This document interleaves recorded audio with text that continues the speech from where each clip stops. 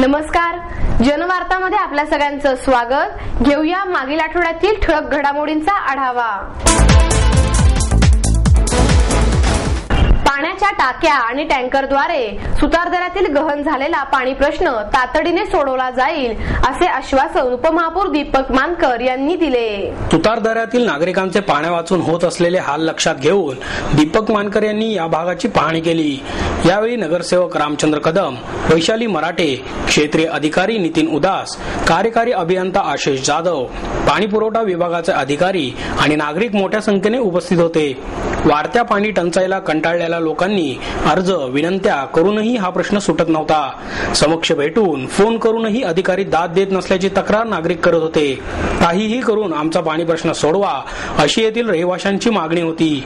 या पार्श्वभूमीवर उपमहापौर दीपक मानकर यांनी या ठिकाणी भेट देऊन घराघरातील नागरिकांशी पाणी प्रश्नावर संवाद साधला. महिलांनी पाण्याची समस्या किती तीव्र आहे हे सांगत त्यावर उपाययोजना करण्याची मागणी केली. सुतारदऱ्यातील ढोकळे कॉलनी, पांडुरंग कॉलनी, काळूबाई नगर, समर्थ कॉलनी, ओमसाई कॉलनी आदी भागातील नागरिकांच्या तक्रारी मानकर यांनी ऐकून घेतल्या. यावेळी मानकर म्हणाले, गेल्या कित्येक दिवसांपासून पुण्यात पाण्याचा प्रश्न भेडसावत आहे. तसेच स्लम एरियातील लोकांचे खूपच हाल होत आहेत. परंतु मी नागरिकांना सांगू इच्छितो की या 2-3 दिवसात पाण्याच्या टाक्या येथे बसवून त्या टँकरद्वारे पाणी पुरवठा केला जाईल आणि तुम्हाला होणाऱ्या पाणी पुरवठ्याचे नियोजन केले जाईल. त्याचप्रमाणे भविष्यात 50-50 लाख लिटरच्या टाक्या सुतारदऱ्यात बांधण्याचे नियोजनही केले जाईल. त्यामुळे पुढे कधीही या परिसराला पाणी प्रश्न भेडसावणार नाही. पूर्वी काय झाले यापेक्षा पुढे काय होणार आहे याचा विचार करणे गरजेचे असून सर्वसामान्य नागरिकांच्या मूलभूत गरजा पुरवण्याचे काम ही महापालिकेची जबाबदारी असेल आणि त्या पूर्ण करण्याची जबाबदारी आमची असेल असेही त्यांनी नमूद केले. सुतारदऱ्यातील पाणी प्रश्न सुटावा म्हणून गेल्या 10 वर्षात केल्या गेलेल्या खर्चाचे सोशल ऑडिट व्हावे, मोटारीने पाणी खेचणाऱ्यांवर कारवाई करावी, तसेच येथील बेकायदेशीर बांधकामे आणि त्यासाठी अमाप पाण्याचा वापर करणाऱ्या वजनदार लोकांवर आणि त्यांच्याकडे दुर्लक्ष करणाऱ्या अधिकारी मंडळींवर कारवाई करावी अशी मागणीही येथील नागरिकांनी मानकर यांच्याकडे केली.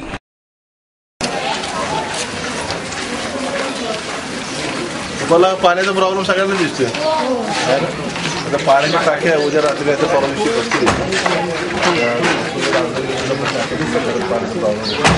ज्या टाक्यांमध्ये पाणी टाकलं जायचं आणि जे आता तुमच्या हालत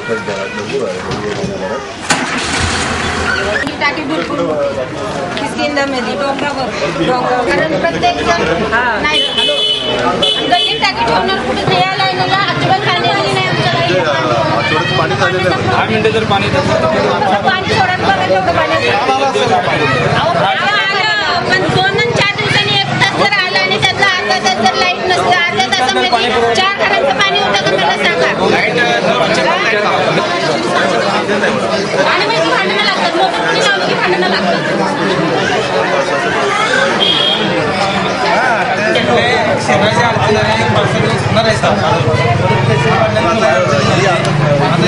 आपल्या शहरावर झाली आपल्याला झालं असं नाही की आपल्या धरणातच पाणी नसल्याने मोठा त्रास निर्माण झालाय. तर त्यातून सुद्धा आमची लोक मान्य करतात पाण्याला टाक्यावर सुद्धा तुमची गैरसोय पाणी चालू आहे. पाणी मोठ्या प्रमाणात पाणी मिळालं पाहिजे. काय पाण्याच्या टाक्या तुम्हाला उद्या रात्रीपर्यंत इथे मिळतील. पाण्याची टाक्या बंद तुम्हाला टँकर मधून सोडलं जाईल, त्यातनं तुम्ही भरून घ्यावं लागेल. अविनाश सभाटकर यांनी काढलेल्या ज्येष्ठ विधिज्ञ विजयराव मोहिते यांच्या तैलचित्राचे अनावरण कृषी मंत्री शरद पवार यांच्या हस्ते करण्यात आले. हे चित्र जिल्हा न्यायालयाच्या ग्रंथालयात लावण्यात येणार आहे. तसेच मोहिते यांच्या आठवणींवर आधारित ॲडव्होकेट म. व्ही. अकोलकर यांनी संग्रहित केलेल्या कर्मयोगी विधिज्ञ या लेखांच्या स्मरणिकेचे प्रकाशन पवार यांच्या हस्ते करण्यात आले. यावेळी प्रमुख पाहुणे म्हणून उच्च न्यायालयाचे न्यायमूर्ती दिलीप कर्णिक होते.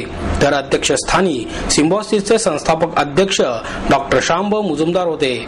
महापौर वैशाली बनकर, पुणे बार असोसिएशनचे अध्यक्ष ॲडव्होकेट धनंजय तौर, गोवा बार असोसिएशनचे अध्यक्ष ॲडव्होकेट विठ्ठल कोंडे, मुख्य जिल्हा आणि सत्र न्यायाधीश अनंत बदर, मोहिते यांच्या पत्नी, तिन्ही कन्या, जावई आणि नातवंडे यावेळी उपस्थित होते. पवार म्हणाले, कोणत्याही खटल्याचा अभ्यास त्याची तयारी लक्ष केंद्रित करून करायची आणि तो प्रभावीपणे न्यायालयात मांडायचा ज्येष्ठ विधिज्ञ ॲडव्होकेट विजयराव मोहिते यांचा स्वभाव होता आणि राजकारणापेक्षा समाजकारणात त्यांना त्यांना रस होता, म्हणूनच त्यांनी खासदारकी नाकारली.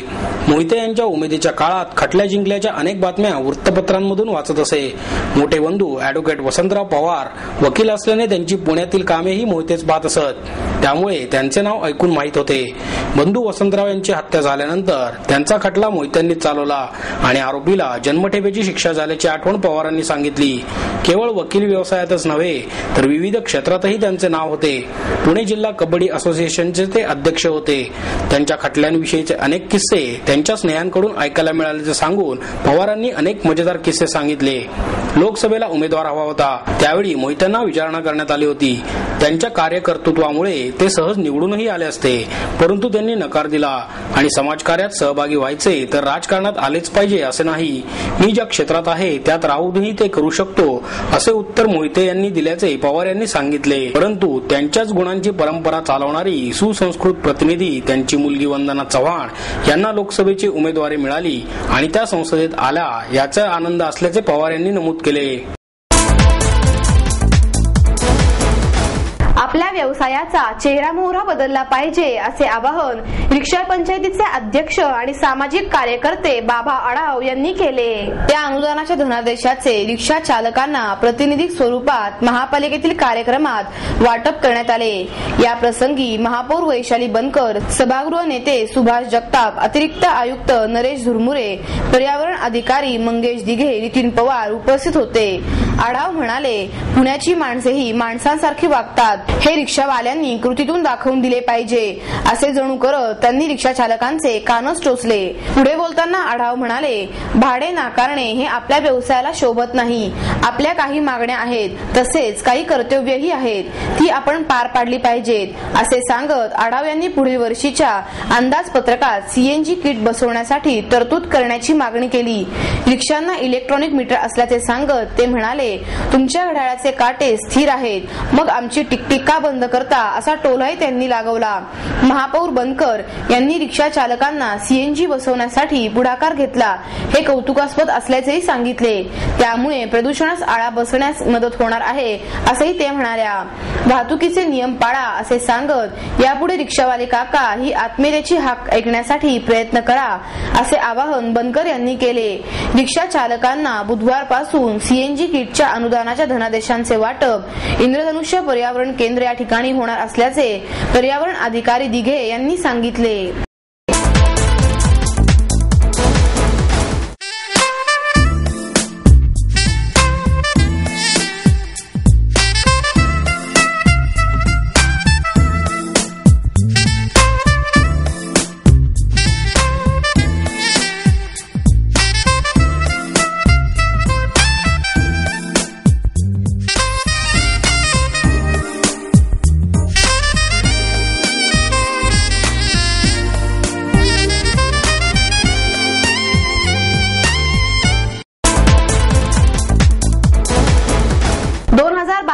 चे महापालिकेचे बजेट 31 मार्च पर्यंत स्थायी समिती मंजूर करणार अशी माहिती स्थायी समितीचे अध्यक्ष बाबूराव चांदेरे यांनी दिली. महापालिकेचा 2012-13चा 3290 कोटी 66 लाख रुपयांचा अर्थसंकल्प आयुक्त महेश पाठक यांनी सादर केला आहे. त्यानंतर तत्कालीन स्थायी समितीने धोरणात्मक आणि आर्थिक निर्णय घेऊ नये असे आदेश राज्य सरकारने दिले होते. स्थायी समितीच्या अध्यक्षपदी चांदेरे यांची निवड झाली. पालिकेचे बजेट 31 मार्च पर्यंत सादर करणे कायद्याने बंधनकारक आहे. या पार्श्वभूमीवर बाबूराव चांदेरे म्हणाले, स्थायी समितीत अंदाजपत्रकावर चर्चा सुरू आहे. 2 ते 3 दिवस बजेटवर चर्चा करणार आहे. येत्या 31 मार्च पर्यंत स्थायी समितीत त्याला मंजुरी देण्यात येईल. सर्वसाधारण सभेत 9 एप्रिल पर्यंत बजेटला मान्यता देण्यात येईल.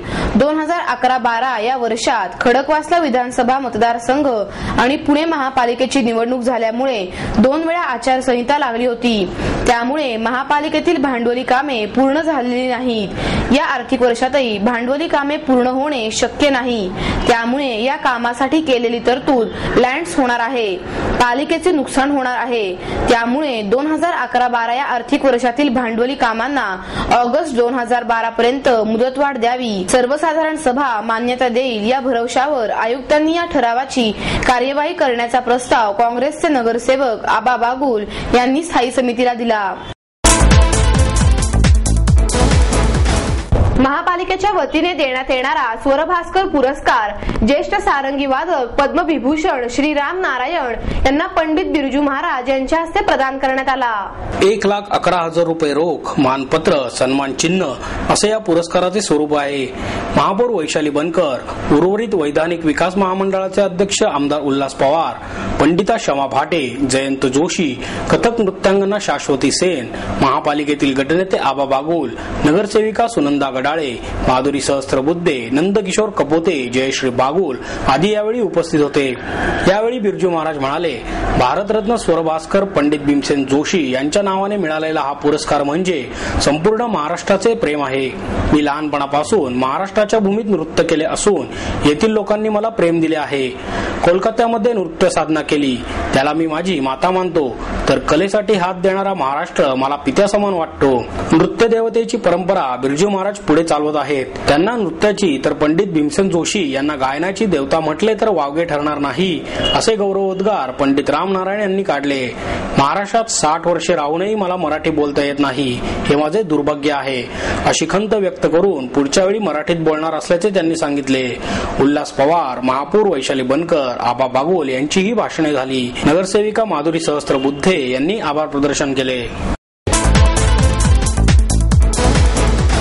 21 एप्रिल पर्यंत बालगंधर्व रंगमंदिर खुले न झाल्यास संबंधित ठेकेदारांना आणि अधिकाऱ्यांना दंड ठोठवण्यात येईल, अशी भूमिका उपमहापौर दीपक मानकर यांनी घेतली.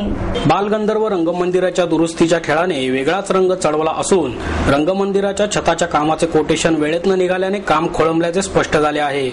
बालगंधर्व रंगमंदिराच्या दुरुस्तीचे काम मुदतीत पूर्ण न झाल्याने आणि हे काम अजून 2 आठवडे पूर्ण होण्याची शक्यता नसल्याने 35 ते 40 नाटकांचे खेळ रद्द करावे लागणार आहेत. दुरुस्तीच्या कामासाठी बालगंधर्व रंगमंदिर 16 मार्च पासून बंद ठेवण्यात आले होते. 31 मार्च पर्यंत काम पूर्ण करण्याची मुदत ठेकेदारांना देण्यात आली होती, पण दुरुस्तीचे काम अद्याप पूर्ण झालेले नाही. या संदर्भात उपमहापौर दीपक मानकर यांनी संबंधित अधिकारी आणि ठेकेदारांची बैठक बालगंधर्व रंगमंदिरात बोलवली होती. यावेळी अखिल भारतीय मराठी नाट्य परिषदेच्या पुणे शाखेचे अध्यक्ष डॉक्टर सतीश देसाई, काँग्रेसचे महापालिकेतील गटनेते अरविंद शिंदे, अतिरिक्त आयुक्त नरेश झुरमुरे, अधीक्षक अभियंता मदन आढारी, बालगंधर्वचे व्यवस्थापक अमर परदेशी तसेच ठेकेदार देशमुख आणि शहा उपस्थित होते. रंगमंदिराच्या दुरुस्तीची निविदा प्रक्रिया बरेच दिवस खोळंबली होती, तर दुसरीकडे रंगमंदिराची दुरुस्ती करा असा आग्रह नाट्य कलावंत आणि निर्मात्यांनी धरला होता. रंगकर्मींचा दबाव बघून वरिष्ठ अधिकाऱ्यांनी निविदा प्रक्रिया पूर्ण झालेली नसली तरी ठेकेदारांना काम सुरू करण्याची विनंती केली होती, पण ठेकेदारांकडून प्रतिसाद मिळत नव्हता. दुरुस्तीच्या कामाचा मुहूर्त झाल्यानंतर ते वेळेत पूर्ण झाले नाही. 31 मार्च पर्यंत काम संपवण्याची मुदत असतानाही काम अद्याप खोळंबलेले आहे. खुर्च्यांच्या दुरुस्तीचे काम अद्याप सुरू असून ते पूर्ण झाल्यानंतर छताचे काम सुरू करण्यात येणार आहे. 800 चौरस मीटर क्षेत्र असलेल्या छतावरील पत्रे बदलण्यास बराच काळ लागणार आहे. याच कामाबरोबर बाल्कनीतील खुर्च्या बदलणे, कलादालनातील फॉल्स सिलिंग आणि लाइटिंगचे काम पूर्ण केले जाणार आहे. 1 ते 4 एप्रिल दरम्यान प्रायोगिक नाटकांसाठी नाट्यगृह खुले असल्यामुळे त्या काळात दुरुस्तीचे काम थांबवण्यात आले असल्याचे रंगमंदिराचे व्यवस्थापक अमर परदेशी यांनी सांगितले. दुरुस्तीचे काम वेळेत पूर्ण झाले नाही तर ठेकेदारांवर कारवाई करण्यात येईल, त्यांच्याकडून दंड वसूल करण्यात येईल, असा इशारा उपमहापौर मानकर यांनी दिला आहे. प्रशासकीय हलगर्जीपणामुळेच रंगमंदिराची दुरुस्ती लांबली आणि रसिकांची गैरसोय होत आहे, असा आरोपही मानकर यांनी केला. रंगमंदिराच्या किरकोळ दुरुस्तीसाठी व्यवस्थापकांना दरमहा 10,000 रुपये देण्याचे उपमहापौर मानकर यांनी यावेळी मान्य केले. मी इथं बैठक पण घेतली सर्व नाट्यगृहासोबत आणि मागे खुर्च्याचे टेंडर झालेलं होतं, याचं एसीचं टेंडर झालेलं होतं, तरी मी त्यांना थांबवलं. त्यांना म्हटलं की हे तिन्ही कामं आपण एकाच करू शकतो, खुर्च्याचं काम, या पत्रे बदलवण्याचं काम आणि हे म्हणजे एका वेळेस 15 दिवसामध्ये सर्व काम होईल आणि एका वेळेसच परफॉर्मन्स द्यायचं हे करायचं होतं. पण शेवटी काय झालं, यांचं पत्राचं जे आलं ना टेंडर आलं ते एकाने 18-19% बिलो भरलं आणि तो त्या कॅपॅसिटीचा नव्हता. तो येऊन बघून गेल्यानंतर म्हणाला मी काही करणं शकत नव्हता, ताबडतोब काम सुरू करा. 3 दिवसापूर्वीच हे तुम्हाला दिली होती की तुम्ही टेंडरचं सोडा, तुम्ही कामाला सुरुवात करा, वैयक्तिक जबाबदारी माझी या पैसे द्यायची. म्हटलं नाही, तर मी म्हटलं वैयक्तिक माझी जबाबदारी, तुम्ही कोणाचकडे द्यायचं नाही, सगळं माझ्याकडे यायचं पैसे केलं. आणि तुमचं काही झालं आहे. हे मी केव्हापासून करतोय, मी जेव्हा सांगितलं की 16-17 तारखेला स्टँडिंग बसेल आपला आचारसंहिता संपल्यानंतर, तेव्हापासून या कामात लागल्या. ते काय प्रॉब्लेम नाही. बरोबर सर, पेमेंटचं नाही 1 ते 4 तुमचं कला ओपन राहणार आहे ऑडिटोरियम. हे जर आपण पत्रे काढले तर उद्या काही प्रॉब्लेम झाला तर ते खाली. मी तुम्हाला सांगितलं तर चेअर तयार करून ठेवा आणि जेव्हा तुमची कॅपॅसिटी होईल तेव्हा तुम्ही मला दालन उघडून मागे सांगितलं. तुम्हाला किती एक्सेप्ट केलं तुम्ही दिवस?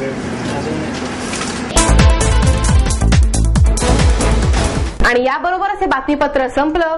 पुन्हा भेटूया उद्या याच वेळी. नमस्कार.